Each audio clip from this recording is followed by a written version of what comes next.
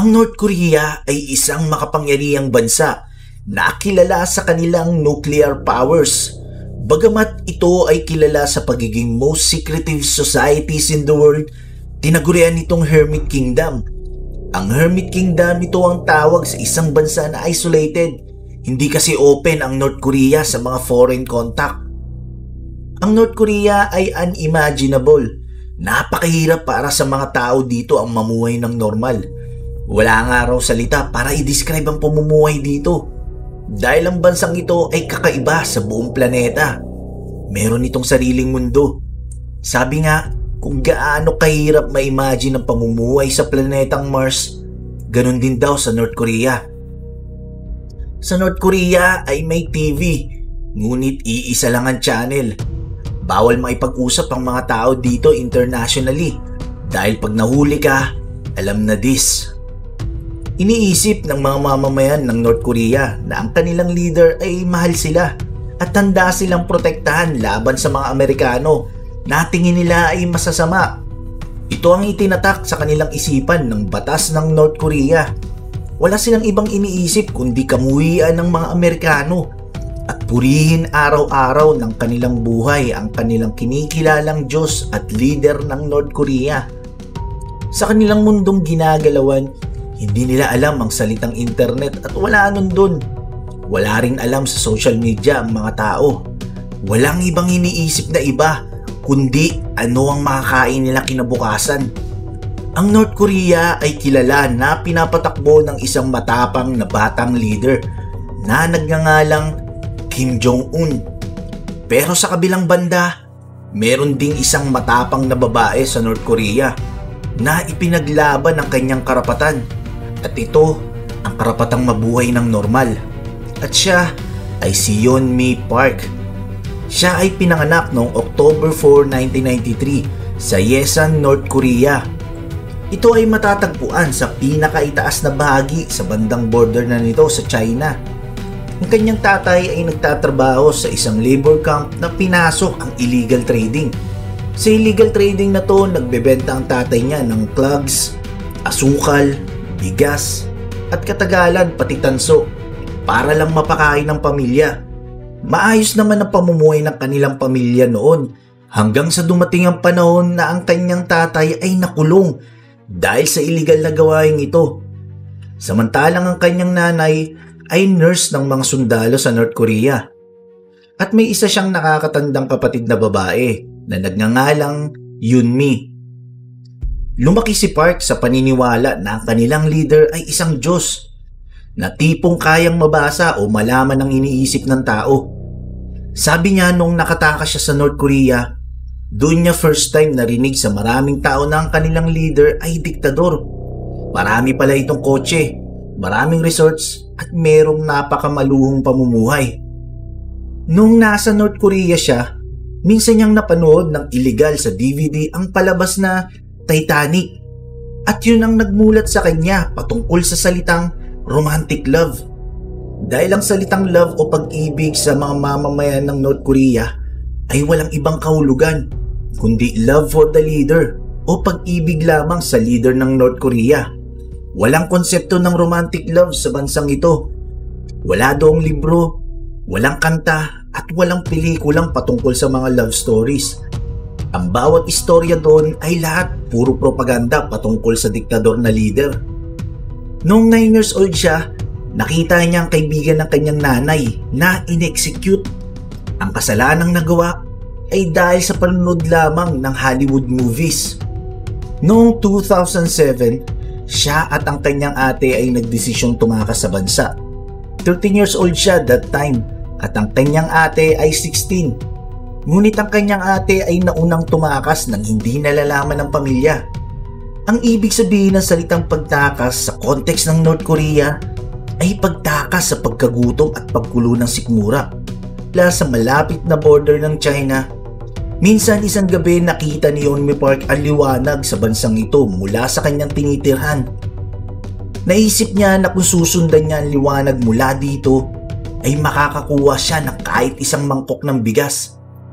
Ang kanilang pagtakas ay hindi talaga pinagplanuhang mabuti. Wala ring mapa. Hindi nila alam kung ano ang mangyayari sa kanila sa gagawin nilang pagtakas.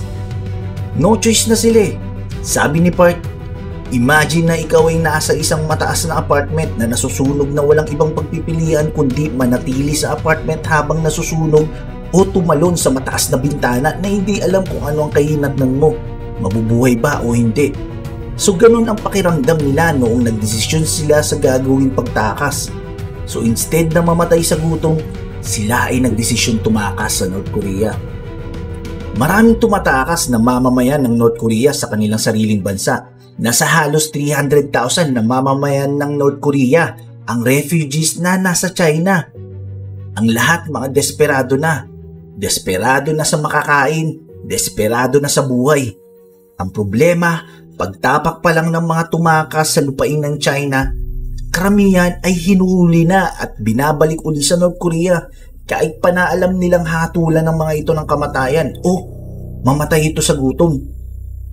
Yung ibang Chinese naman, hindi nila ibinabalik sa North Korea ang mga nahuhuli nila kasi tinitake advantage nilang mga ito. Madalas, binibenta nila ang mga refugees bilang mga alipin, kahit mga batang babae. Parang hayop ang trato nila rito at binibenta lamang sa halagang $200. At nangyari rin ito kay Yeongmi Park noong na-reach nila ang China kasamang magulang. Ang ate niya hindi na alam kung nasaan na naroon dahil nauna nga itong umalis at tumakas sa kanila. Kaya naisip nila na ito ay patay na. March 30, 2007 ng gabi, tinahak nila ang border ng Korea patungo sa katabing bansang China sa tulong ng mga human traffickers. Gamit ang kompas, tinawid nila ang nagyayelong ilog at nilagpasan ang 3 bundok bago marating ang border ng China. Sabi niya kung sakaling ibabalik silang muli sa North Korea ay handa na silang kitilin ang kanilang sariling buhay. Ito ay dahil sa kagustuhan nila na mabuhay bilang isang tao. Pagdating nila ng China, nahuli sila ng Chinese broker. Gusto siyang ibenta. That time, 13 years old pa lang siya. Umangal ang kanyang ina at sinabing masyado pang batang kanyang anak. Kaya't ginahasa ang kanyang nanay sa harapan niya. Nung time na yun, target din siyang gasain pero prinotektahan siya ng kanyang ina at hinayaan na lang niya na siya ang gasain kesa ang kanyang anak. Ang kanyang tatay ay nasawi sa China sa sakit na colon cancer. Kailangan nila itong ilibing ng palihim sa ibaba ng bundok. Ni pag-iyak ay hindi nila nagawa. Matagal din silang naging immigrant sa China. Dito nakilala ng nanay niya ang mga Christian missionaries at dito sila nanuluyan. Ang mga Kristiyanong misyonaryong Chinese at Koreans, ito rin yung mga tumulong sa kanila para ma-relocate sila sa Mongolia. February 2009, tinawid muli nila ang disyerto ng China. Ito ang Gobi Desert. Gamit pa rin ang kompas, sila'y naglakad at gumapang para matakasan ang mga Chinese police at nakarating nga sila ng ligtas sa Mongolia at dito nila unang naranasan ang tunay na kalayaan. Sa Mongolia, tinulungan sila ng diplomat ng South Korea para asikasuhin ang kanilang pag-transfer nito sa Seoul. Nung nakarating na si Yeongmi Park at ang kanyang nanay sa Seoul, South Korea, nahirapan sila mag-adjust pero madali rin naman silang nakahanap ng mapagtatrabahuan dito bilang assistant at waitress. Si Park ay napagpatuloy ang kanyang pag-aaral sa Dongguk University sa Seoul. Noong April 2014, ang South Korean intelligence ay ininform si Park na ang kanyang kapatid na si Yunmin na naunang tumakas ay buhay pa. At ito ay nasa Thailand na ngayon na tumakas din sa China mula North Korea. Sa tulong ng gobyerno ng South Korea, tinulungan silang mag-reunite. Noong ding taong 2014, si Park ay nagtungo sa New York para ipagpatuloy ang kanyang pag-aaral habang pinapalawak ang pagiging human rights activist niya laban sa kanyang bansang sinilangan, ang North Korea. Isa sa kanyang advokasya ay matulungan ang kanyang kapwa mamamayan sa North Korea na maging aware sa nangyayari sa bansa at mabago ang mindset nito patungkol sa pamumuhay ng malaya at pagiging tao. Ngayon, meron siyang libro na isinulat na pinamagatang In Order to Live. na nakatala ang kanyang buhay sa North Korea at lahat ng kanilang dinanas nung tumakas sila hanggang sa maging malaya.